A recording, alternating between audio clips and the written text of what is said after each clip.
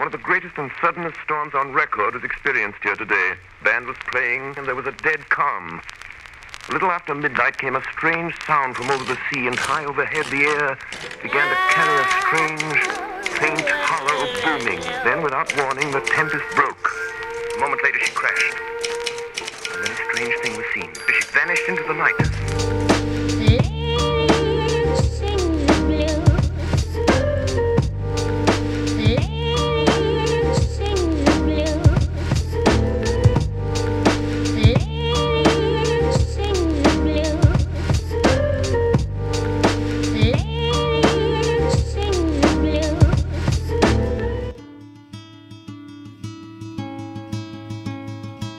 Fátima Sime es una destacada narradora chilena que irrumpe en el escenario de la narrativa nacional con una novela publicada por Loma Ediciones, Carne de Perra.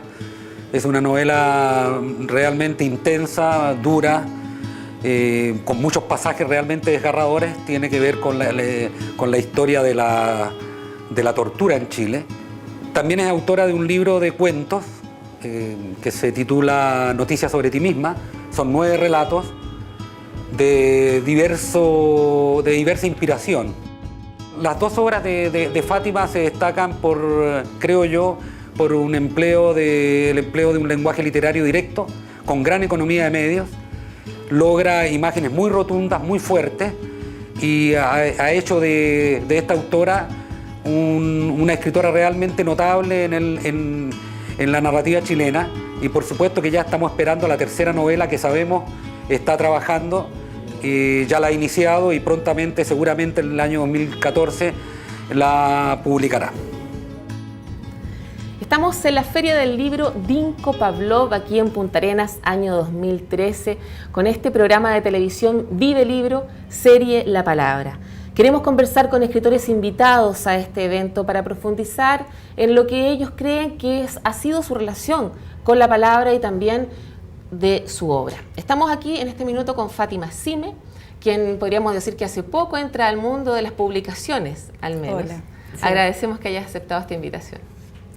Agradezco yo tu invitación, muchas gracias. Fátima, yo me imagino que te han hecho varias veces esta pregunta, pero es necesaria para poder comprender cómo llegas tú al mundo de la literatura siendo matrona de profesión original. ¿Cómo se da este...? Sí, me la han hecho varias veces. Llego por un azar, como todas las cosas en la vida, muchas de ellas. Tengo un quiebre grande y a través de unas terapias que tenían que ver con la escritura, la terapeuta se da un poco de cuenta, digamos, de algo y me dice que lo tome más en serio, no como algo ya biográfico o terapéutico. Y entonces me conecta con un escritor en el cual yo me integro a sus talleres. Yeah. ¿Quién era? Fue Jaime Collier, Yeah. que un gran cuentista, Sí. hasta el día de hoy encuentro yo que es uno de los mejores. Y bueno, y de ahí no paré, digamos. Al principio tenía unas carpetas donde yo iba escribiendo todo esto con fines terapéuticos, supuestamente. Y bueno, ahora vivo rodeada de carpetas, porque además me encantan, es como un vicio. Donde voy, compro carpetas. Entonces ahora las tengo ahí clasificadas, etcétera, etcétera, etcétera. Pero así me inicié. Esto que tú escuchas a veces, de que la gente diga, es que yo escribía desde chiquitita, o qué sé yo, no es mi caso. Lo que sí, que fui una gran lectora. Como niña solitaria, leía mucho. Aprendí a leer sola, o sea, no sola, pero antes de ir al colegio. Y pasaba mucho metida entre libros de chica. Yo creo que va muy unido la escritura con la lectura, o sea, son inseparables. Y entonces, ¿en qué minuto tienes conciencia tú del inicio de tu relación con la palabra? Más allá de lo típico de los seres humanos cuando empezamos a hablar o a escuchar. De la palabra escrita, dices tú. De la palabra escrita por ti o por otros. Es muy distinta la palabra escrita, ya sea leída o hecha por uno misma, que la palabra, el pensamiento, digamos. Cuando a mí me preguntan quién es mi escritor preferido, que es de las otras preguntas bastante típicas, yo digo que la Clarice Lispector, porque es una de las personas que mejor refleja el mundo interno que uno tiene, que tenemos todos, ese yo, en la escritura, en lo escrito. Entonces, yo creo que este acercamiento que yo tuve, ya sea por razón terapéutica al principio, con la palabra escrita, ya crea una relación importante. Yo ya me sentí muy unida a ella, ¿ya? Por la misma razón que te digo. La forma que tú dices a mí me resulta amigable o me siento cómoda en esto de transcribir tu proceso interno, esta mente, este pensamiento que gira en un orden como te requiere una palabra escrita. Independiente de lo que yo te decía, mi contacto con la escritura de niña, digamos, claro, que ha estado muy presente. Y hay críticos literarios que dicen que tu escritura es más bien directa, de monólogo, sobre todo por Carne de Perra, breve, y de esa manera como que impacta más. ¿Cómo trabajas tú esa manera de escribir? ¿Te nace porque esa es tu manera también de expresarte? Cuando tienes algo escrito, ¿lo revisas muchas veces? ¿Haces mucho esto de sacar? A ver, te voy a empezar a contestar por lo último. Sí, soy una persona que reviso mucho. Mi escritura está, yo creo, en la corrección, ¿ya? Hago una primera aproximación y de ahí voy corrigiendo los manuscritos. Ahora, ¿por qué lo de Carne de Perra? Principalmente fue una opción.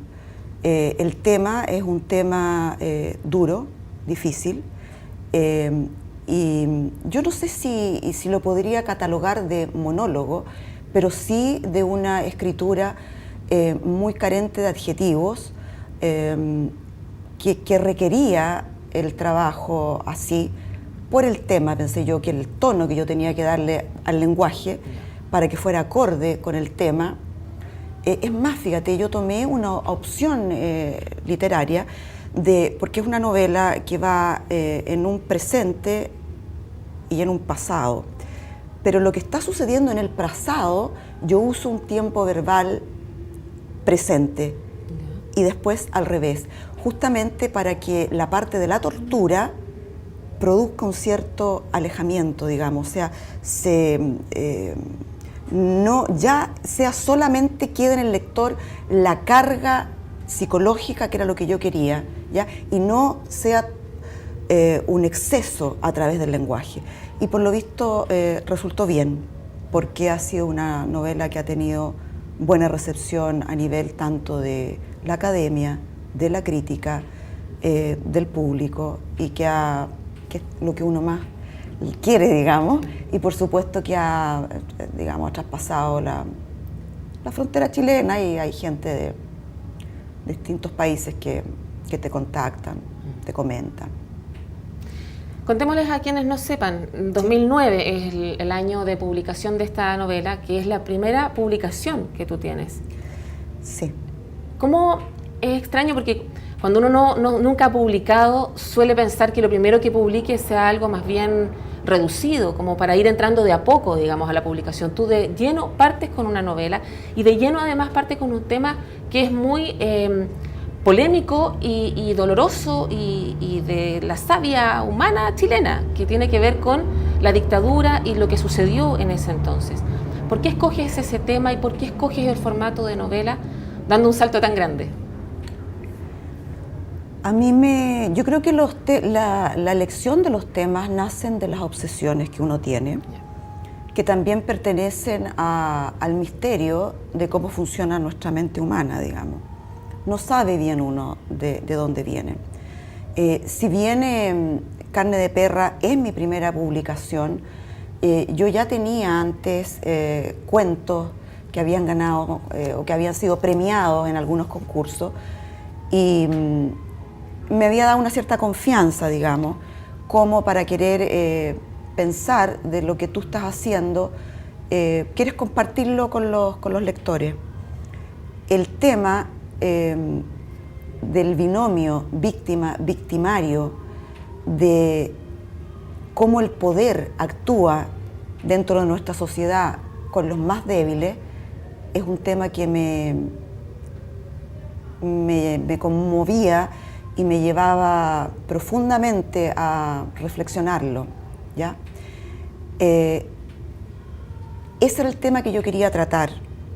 ¿Qué pasa, por ejemplo, en Estados Unidos cuando tenemos a este hombre que tiene a 5 niñas metidas en un subterráneo? ¿Qué pasa con este padre en Viena que tiene un subterráneo también, con hijas, con nietas, por 18 años, etcétera? Esa relación víctima-victimario era en la que yo quería entrar. ¿Qué pasaba con la víctima? ¿Qué pasaba con el victimario? Y por supuesto entonces, qué mejor que ponerlo en esta gran fractura que hubo en nuestro país y que yo veía a través de mis hijos y a través de lo que estaba pasando en los años de concertación, que se estaba dejando un poco olvidado, cosa que yo opino que es mi forma de enfrentar. La memoria es muy importante. Uno puede trabajar con uno mismo, pero tiene que trabajar con su memoria, con sus hechos dolorosos. No puede hacer un borrón y cuenta nueva. Yo no creo que sea así. Entonces, tomé este tema y lo puse en ese fue el ambiente que yo busqué para poner el tema. Y además, como yo quería que llegara a la juventud, lo hice con una línea de thriller. La carne de perra va siguiendo una historia que va llegando a un magnicidio, ¿no? Porque además siento que esa etapa, esos años negros de nuestra historia, hay tanto tema escabroso literario, que se puede hacer literatura, porque es una forma de cómo la realidad se transmuta para que te entre de mejor manera y puedas hacer el proceso de la reflexión, que es lo que a mí me interesa, no me interesa otra cosa. Hay quienes dicen que podrían dividirse en dos los grupos de escritores después de la vuelta a la democracia, la transición. Unos que representaron como el ciudadano posmoderno, más bien solitario, y otros que intentaron rescatar la historia para poder procesarla y seguir adelante con ella a cuestas. Bueno, indudablemente yo estoy en el segundo grupo. ¿Y que tú estás en el segundo? Sí. De hecho, me llegó, y se lo agradezco mucho, de un profesor de crítica literaria, un académico, una muy bonita análisis sobre esa novela, donde justamente toca eso. Y bueno, es la forma como yo abordo el tema. Se me imagina que es el momento de hacerlo así. No es que yo esté criticando a las personas que lo hicieron de forma distinta, para nada, sino que siento que ahora es el momento de hacerlo. Y es una manera también de decirle a aquellos que no están en el mundo de la literatura ni en el mundo del arte, pero que están en este Chile de hoy, que creen que mirar hacia el pasado retrasa el avance y que dicen, echemos para adelante, dejemos de mirar hacia atrás. No, o sea, yo opino todo lo contrario, ¿ya? Como una persona que ya lo dije, que trabajó en terapia a raíz de una crisis, tú tienes que meterte en tu mundo interno, en tus dolores, y si tú como individuo tienes que hacerlo, la sociedad, que somos el conjunto de todos, yo creo que es una mejor forma de no repetir los errores del pasado, de ir creciendo, porque ¿qué es lo que queremos todos? Queremos ser seres sociales más felices, más contentos, más amigables, más solidarios. Es lo que queremos todos, digamos. Y mi forma de pensarlo, mi reflexión me lleva a que es imposible si no nos metemos en nuestros lados negros. Entonces, yo creo que ahí te contesto. Sí, sí. Y si hablamos de lados negros, hay imágenes muy horrorosas en el texto Carne de Perra, ¿cierto? Estas distintas formas de penetrar a una mujer, que hablamos de la protagonista, ¿cierto? Una enfermera que es secuestrada por un agente de inteligencia de la época de la dictadura y la utiliza a ella para un acto terrorista, ¿cierto? Luego ella vuelve a encontrarse con él después de haber vivido en otro país. Y en ese relato van apareciendo estas imágenes de tortura. ¿De dónde tú sacas ese material, esas imágenes que aparecen en tu texto? ¿Cómo surgen? Cada imagen que uno usa tiene una lucidez posterior de lo metafórica que fueron. Ahora, es un tema que a mí me gusta mucho, por lo tanto me he dedicado a rastrearlo, que han hablado distintos escritores sobre de dónde nace las imágenes. Por ejemplo, Richard Ford tiene un libro, Flores en las grietas, muy bonito, donde habla de todo esto. Vargas Llosa también, bueno, distintos escritores, ¿ya? Y no se llega a otra explicación de un misterio, o sea, así como es tan misterioso cuál es la causalidad del proceso, cuál es la causalidad biológico del proceso mental, también de dónde nace la imagen, de dónde, cuáles son los elementos con que tú trabajas. Yo creo que son un misterio, porque evidentemente, me lo han preguntado mucho, La carne de perra no es autobiográfica, pero un escritor no puede trabajar con lo que no esté dentro de su cabeza. O sea, tú trabajas y tú eres lo que tuviste con tu biografía y cómo te fue moldeando tu vivencia. Ahora, ¿cómo se produce esa transformación de lo que tu material hacia la ficción? Yo no tengo más respuesta que misterio, hechicería. Entonces, no te lo podría decir, pero sí he podido ver, y a través de también, que es lo que me gusta mucho, de las cabezas de los lectores, cómo están las metáforas, cómo está, digamos, la resolución de ciertas imágenes, ¿ya? Es como que las completara, y se le completan a uno también como escritor, es increíble, ¿ya? Ahora, evidentemente, yo hice mucho estudio de campo, no sé con qué cantidad de psiquiatras molesté y psicoanalistas para saber cómo se forma esta relación, este binomio víctima-victimario, que yo puedo hacer un parangón hacia la sociedad. Yo creo que aún nosotros tenemos una sociedad muy, muy vertical, donde el poder está siempre acá y siempre estamos manejados a través del poder. Tú lo vas a ver en todo tipo de cosas. En ese sentido, leer a Foucault a mí me sirvió muchísimo. Lo encuentro maravilloso, digamos. No te voy a decir que lo he leído todo. O sea, quien se haya leído los 5 tomos de Foucault, yo, por ejemplo, estudio sobre la locura, no sé, tendría mis dudas. En el caso mío, lo he espigado un poco. Y bueno, eso. Tú estudiaste un diplomado en Filosofía de las Ciencias, Mente y Cerebro. Sí, nosotros le echábamos muchas tallas a los profesores que ese tema lo pusieron, o sea, ese título para vender su diplomado. No, pero yo tengo una cierta... Algunas de mis obsesiones también son los estudios cognitivos, los procesos mentales, digamos. Por mi formación científica, soy muy poco cartesiana en el fondo, o sea, a mí me gusta buscar una causalidad biológica, entonces, bueno, me he metido mucho en esos temas y ahí fue donde como llegué a eso, que por supuesto no era lo que yo quería porque no era biológico, o sea, eso estaba más bien, son los estudios que llevan en la Universidad de Chile, que han seguido la línea de Varela, digamos, pero sí fue interesantísimo verlo bajo el punto de vista de la reflexión filosófica, ¿ya? Y esta causalidad biológica, para explicar por qué seguimos teniendo una sociedad vertical, porque normalmente se analiza el que está en el poder, ¿cierto? Pero el que está sometido a ese poder, ¿hay alguna explicación biológica dentro de todo lo que tú has visto? No, ¿o de otra naturaleza? Ni siquiera sabemos cómo se forma realmente nuestro proceso mental, a lo que le llamamos procesos mentales.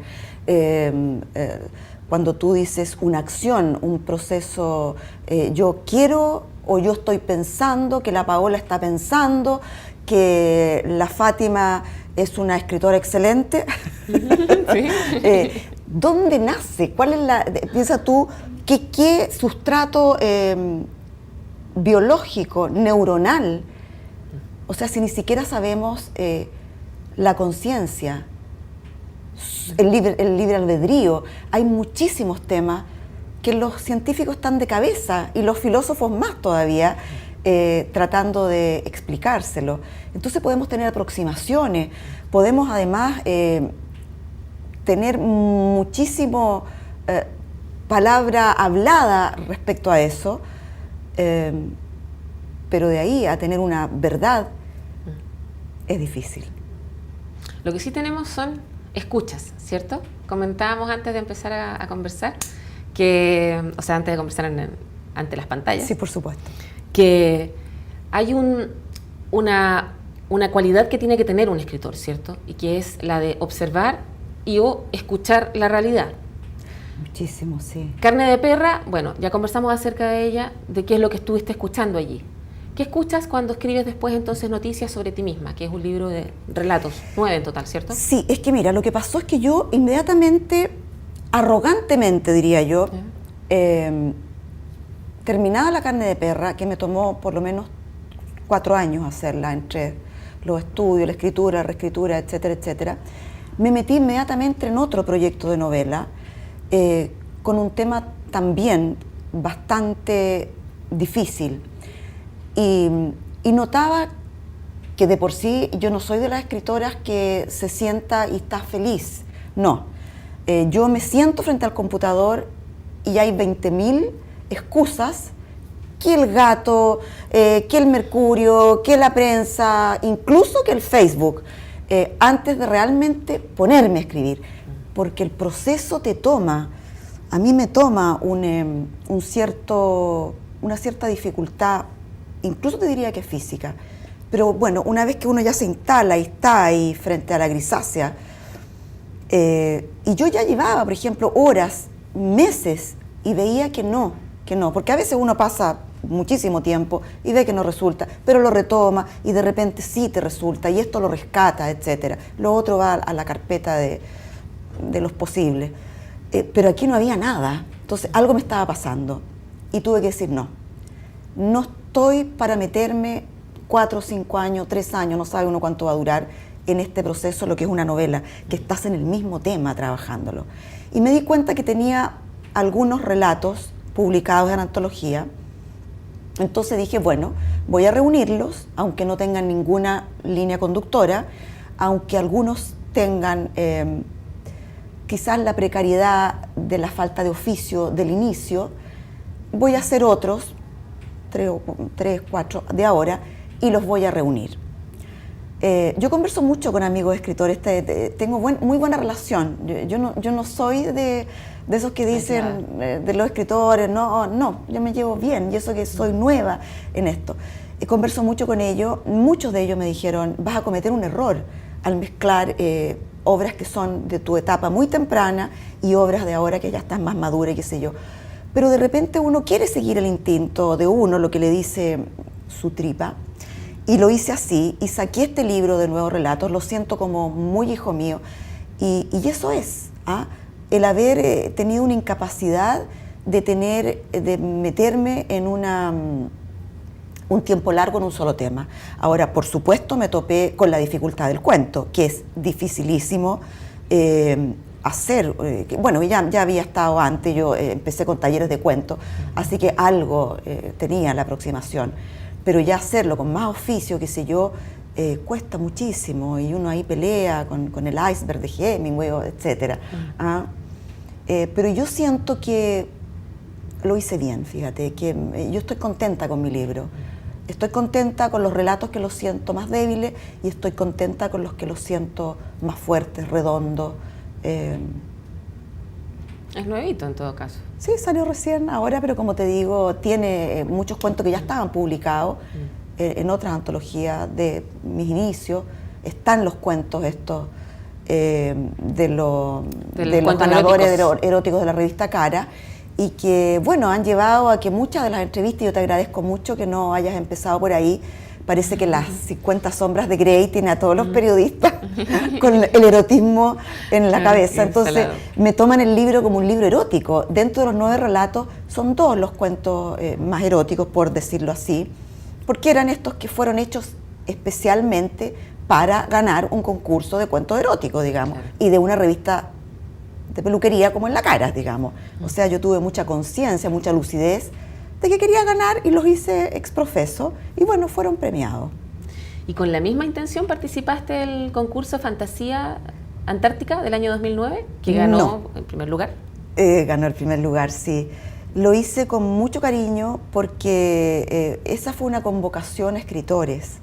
Entonces sabía que estaba con mis pares, que había la posibilidad de hacer un microcuento y era hacia los niños. No parece, pero yo tengo 5 hijos. Mira tú. Siempre hago una talla, yo le digo, siempre, ninguno deseado, ¿ah? Así que no me vengan aquí con mucho, pero entre talla y verdad, me llevo muy bien con mis hijos. Todos amados. Todos muy amados, todos muy odiados también. No, nos llevamos muy bien, tenemos muy buenas relaciones, son una gran alegría mis hijos, a pesar de ese inicio. Por lo tanto, esto de haberlo hecho, de participar en un concurso que era para niños, era también un desafío. Y bueno, uno parece que es una mujer de desafío. Y nadie que tenga tantos hijos, que se haya reproducido tanto en la vida, puede no ser una mujer de desafío. Participé con mucho cariño y a lo mejor eso fue lo que hizo que ganara el primer lugar, con el premio a la Antártica, el viaje a la Antártica. ¿Qué es lo que cuenta Peligro, básicamente? Peligro habla justamente de esta dualidad que a los niños les gustan mucho entre lo que es la realidad de lo que tú estás viendo y lo que está por debajo.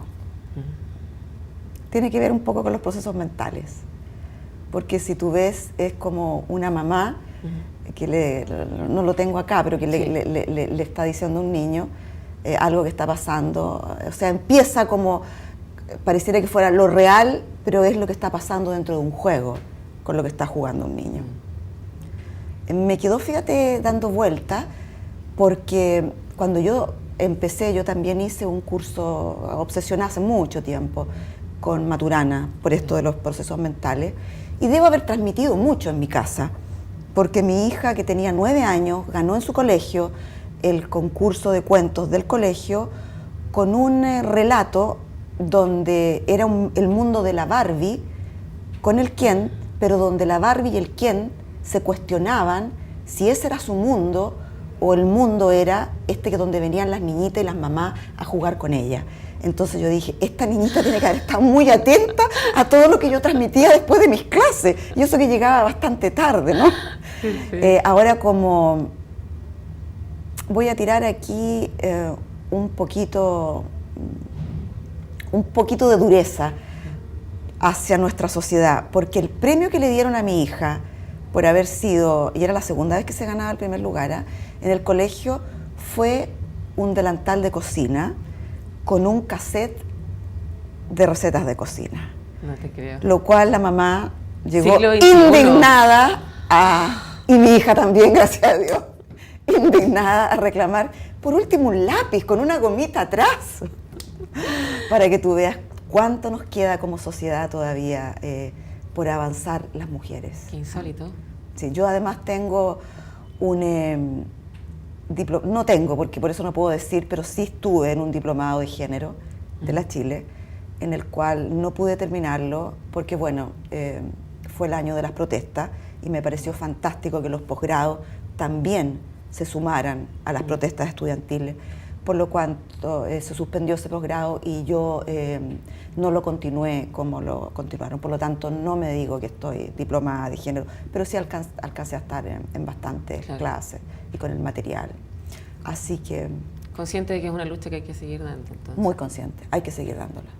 ¿Y tú estás escribiendo, me imagino, algún proyecto? ¿Estás en algo? Bueno, ahora retomé y creo que con éxito ya llevo, por lo menos, uno nota cuando va avanzando, mi antiguo proyecto de novela, porque es el mismo tema. Perfecto. Y espero que en no sé cuánto tiempo más, también es parte del azar, estemos leyendo esa nueva novela y te la mande de regalo, pues. Ah, sería genial. ¿Y nos puedes adelantar algo al menos de lo que trata? Mira, absolutamente nada tanto por cábala, aunque uno reflexivamente sepa que es una estupidez, pero no se uno hace tantas estupideces en la vida que una más es inevitable. Y por otro lado, porque no me gusta hablar porque siento que es parte de lo que a uno se le ocurrió. uno es la que tomó ese tema y lo quiere hacer de esa forma. Entonces quiere golpear con su tema. Me parece muy humano Por supuesto. esa necesidad. Ojalá nos vengas a golpear por acá entonces cuando eso suceda. Bueno, a mí me encanta Punta Arenas, estoy muy contenta ahora que fui a Porvenir, Tierra del Fuego. Hay mucho que conocer Sí, todavía te quedan otras provincias. y mucho que hacer, exacto, por toda esta región. Yo muy contenta por acá. Gracias, Fátima, por venir a No, conversar gracias a con nosotros. ustedes. Ojalá me sigan invitando. Sí, pues, ojalá. Yo soy una fanática de la descentralización. Es una palabra que me cuesta, pero Sí, Pero- le cuesta al país. y vuelvo a pasar el dato. Es impensable que ninguno de tantos candidatos a la presidencia que tenemos en este momento, en ninguna de las entrevistas que ha tenido, ha hablado de un tema tan importante como ese. Así que ojalá lo tomen. Es peor que el delantal eso. Ahí estamos todavía más en pañales. Más español piensas tú. Bueno, Sí. yo pensé que no era tanto. Bueno, gracias. Un Fátima. gusto. Gracias a ustedes también por acompañarnos. Seguimos con esta serie La Palabra en Vive Libro, la Feria Dinko Pavlov. Strange thing was seen. She vanished into the night.